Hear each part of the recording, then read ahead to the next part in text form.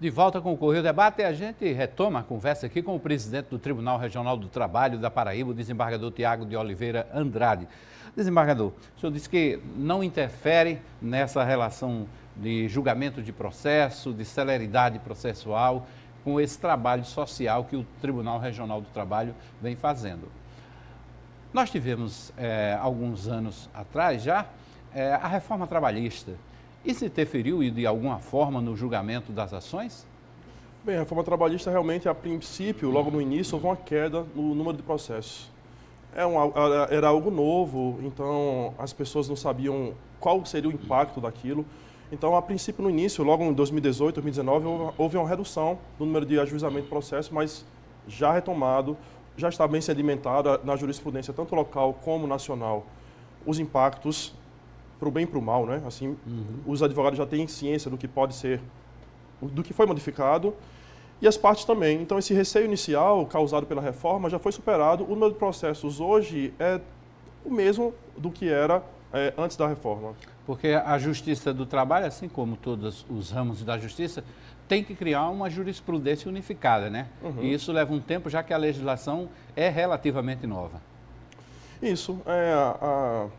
A reforma trabalhista veio em 2017 e no início realmente causou essa comoção, até com algumas condenações em alguns tribunais que eu considero até absurdas, condenando o reclamante em milhões de reais por ter ajuizado uma ação que foi entendida como equivocada. Uma fé. Ou má fé, algo do tipo. Então, isso gerou um impacto, um receio dos trabalhadores no ajuizamento, mas isso já foi superado. A jurisprudência do tribunal com relação a isso já está bem pacificada. E os advogados e as partes já têm segurança para retomar o ajuizamento normal das ações de forma normal. Como te falei, o número de processos hoje é praticamente o mesmo do que era antes. Que as empresas também ficam temendo esse tipo de ação, mas elas também recebem orientações da Justiça do Trabalho sobre determinados pontos da relação trabalhista que às vezes até é desconhecido pelo empresário. Por exemplo, pode cumprir a cota de jovem de aprendizes de uma forma indireta. Tem isso? Sim. Nós fizemos isso no tribunal esse ano passado, na verdade, eu fiquei bem contente. E foi a primeira vez aqui na Paraíba que um órgão público fez isso. Chama cumprimento alternativo da cota. Algumas empresas têm dificuldade em cumprimento da cota internamente. Empresas de terceirização, por exemplo, empresas que trabalham em setores de periculosidade, insalubridade, têm alguma dificuldade no cumprimento da cota no seu próprio local de trabalho. Podem cumprir essa cota social nos órgãos públicos, por exemplo, como foi no caso do tribunal. Nós fizemos uma parceria com o Ministério do Trabalho, que tem necessariamente que intervir, Ministério do Trabalho, Tribunal do Trabalho, uma empresa aqui paraibana e um órgão de formação, que pode ser o IFPB, por exemplo, pode ser o SENAC, como no nosso caso. Então, a empresa cumpre a cota no tribunal, a empresa arca com os custos do pagamento da cota, só que o tribunal recebe esse aprendiz, faz a formação do aprendiz, recebe os cursos, é bom para todo mundo. É bom para a empresa que cumpre o seu dever social, seu dever legal, e também não é condenada pelo Ministério, pela Justiça do Trabalho, ou não recebe uma ação do Ministério Público do Trabalho, nem uma multa do Ministério do Trabalho.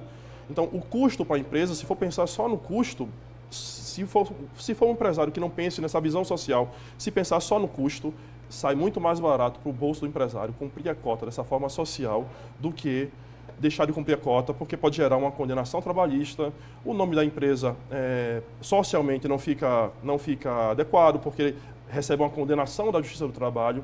Então, esse cumprimento alternativo das cotas tem que ser de conhecimento dos órgãos públicos quanto das empresas. Esse caminho alternativo é um caminho interessante. O tribunal recebeu esse ano, eu fiquei bem contente, 30 aprendizes diversos, pessoas venezuelanas, quilombolas, indígenas, potiguaras e tabajaras, pessoas trans.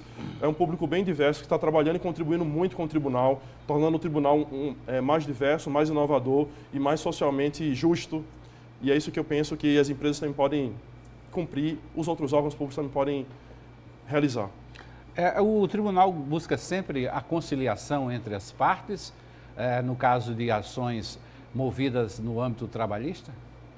A conciliação é um princípio primário da Justiça do Trabalho e esse princípio está sendo, vamos dizer assim, copiado por outros órgãos. Hoje eu já vejo a Justiça Estadual, a Justiça Federal focando muito mais em conciliação do que antes, porque é um sucesso. A conciliação para ambas as partes, para a Justiça, é o princípio que nós defendemos, é o que a gente vem fazendo ao longo de toda a história do tribunal. É um princípio, assim, é uma política nacional da Justiça do Trabalho, focar na conciliação, resolver os conflitos prioritariamente e preferencialmente, quando possível, de forma conciliada. O Tribunal Regional do Trabalho da Paraíba tem investido também em inovação? Sim, claro. Nós temos um laboratório de inovação interno, o Labor, e acabamos de criar um laboratório de inovação social.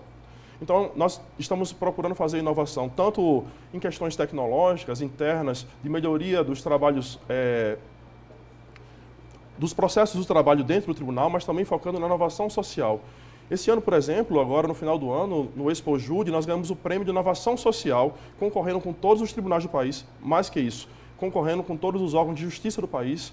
Nós ganhamos o primeiro lugar em inovação social com um projeto belíssimo, que é o Emprega Margaridas, que é um projeto voltado para encaminhar para a aprendizagem mulheres, sobretudo mulheres negras, mulheres em situação de vulnerabilidade. Então, fazemos uma formação e encaminhamento junto com as empresas para a aprendizagem. Tivemos um belíssimo resultado e fomos premiados agora no final do ano com isso.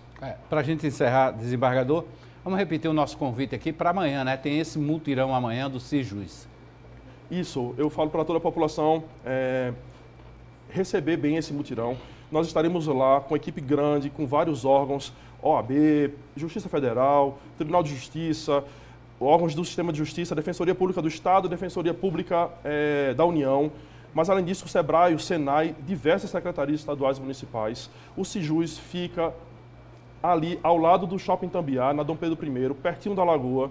Amanhã, de 8 às 14, vai ter essa ação grande desse mutirão, mas reforçando, o CIJUS é permanente e funciona todos os dias, de 8 às 14. Eu convido todos, serão todos muito bem-vindos. Ok. Desembargador, obrigado pela presença, pelas informações e boa sorte aí nessa sua missão. Eu que agradeço. Boa tarde a todos.